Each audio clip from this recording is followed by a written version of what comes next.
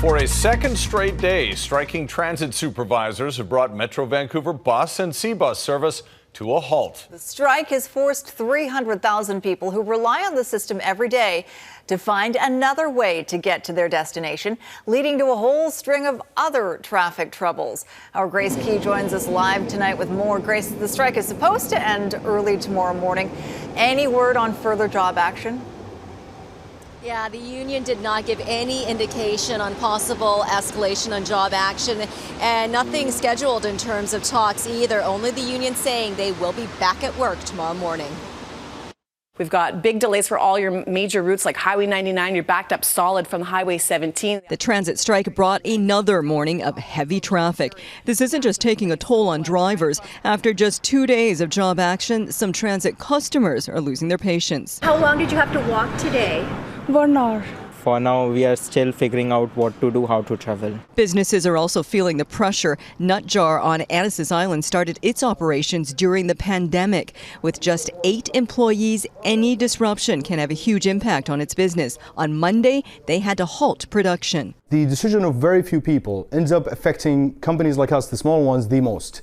One employee not showing up for us in production, that's 25% of the workforce.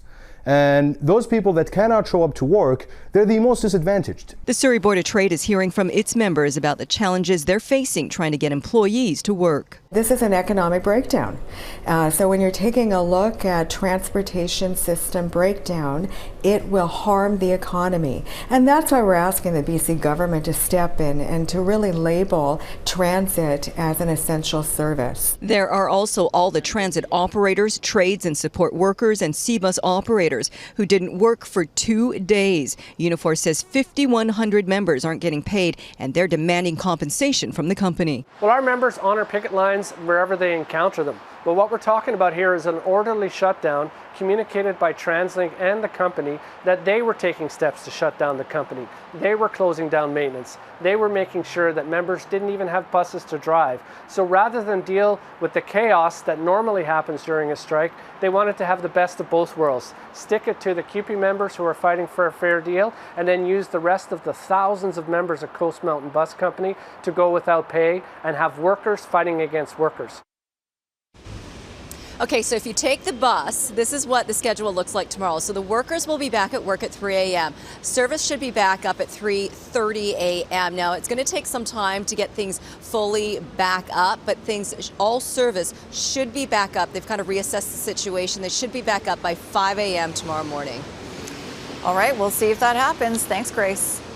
All right, and this could just be a temporary lull in the job action. Let's bring in Keith Baldrey now for more on the next steps. Keith, where do we go from here? Yeah, so all labor disputes are governed by a rule book. It's called the BC Labour Code, and it outlines the powers of the Labour Minister and the Labour Relations Board. We're going to see some of those things unfold, I think, in the coming days. Here's some of the things people are talking about. First of all, this talk of shutting down SkyTrain. Well, first of all, the union requires LRB permission to picket SkyTrain. They're a long way from getting that. I'm not sure they'd ever get that permission. Special mediator is being considered by Labour Minister Harry Bains. An announcement could come as early as tomorrow. The special mediator has the power to make settlement recommendations in a very short period, and the minister could make those recommendations public, and that could put pressure on one or both sides in the dispute. Grace mentioned in her story about essential service levels. They're not even been discussed at the LRB. They're not defined. In fact, I got some correspondence with a former transit supervisor who thinks it'd be very difficult to define what really is essential services when it comes to operating buses and SkyTrain. So again, those are some of the things to look for in the days ahead. Not sure exactly what's going to happen, but again, the Labour Code and the Labour Board and the Labour Minister determine in many respects how the next days are going to unfold. All right, we'll be covering it all. Keith, thanks very much.